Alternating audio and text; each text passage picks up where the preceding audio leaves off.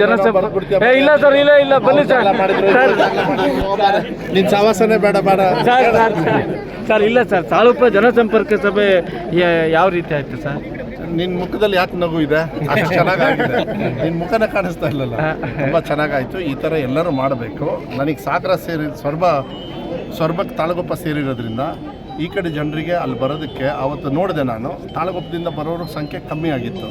ಅದಕ್ಕೆ AC ಅವರು ನಾವು ಎಲ್ಲ ಕೂತ್ಕೊಂಡು ಮತ್ತು ತಹಸೀಲ್ದಾರ್ ಅವರು ಎಲ್ಲ ಮಾತಾಡಿ ಇಲ್ಲ ತಾಳಗುಪ್ಪದಲ್ಲಿ ಮಾಡಿದ್ರೇ ಜಾಸ್ತಿ ಬರುತ್ತೆ ಅಂತ ಸುಮಾರು 200 ಚಿಲ್ಲರೆ ಇವತ್ತು ಬಂತು. ಭಾಳ ಖುಷಿ ಆಯಿತು. ಎಲ್ಲರೂ ತಾಳ್ಮೆಯಿಂದ ಚೆನ್ನಾಗಿ ಅಧಿಕಾರಿಗಳು ಕೂಡ ಸ್ಪಂದನೆ ಮಾಡಿದ್ದಾರೆ. ಇದು ಬರೀ ಅರ್ಜಿ ತಗೊಳ್ಳೋದಲ್ಲ, ಅದು ವಿಲೇವಾರಿ ಆಗಬೇಕು. ವಿಲೇವಾರಿ ಆಗೇ ಆಗುತ್ತೆ. ಯಾಕೆಂದರೆ ಇದೆಲ್ಲದೂ ಕೂಡ ಕಂಪ್ಯೂಟರೈಸ್ ಆಗಿ CM ಅವ್ರ ಆಫೀಸ್ಗೂ ಹೋಗುತ್ತೆ.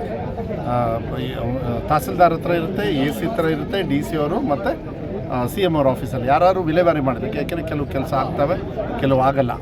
ಆಗದೇ ಇರಲಿ ಅವರಿಗೆ ಮಾಹಿತಿ ಹೋಗಲೇಬೇಕು ಅಂತ ಹೇಳಿ ಮಾಡಿದ್ದಾರೆ.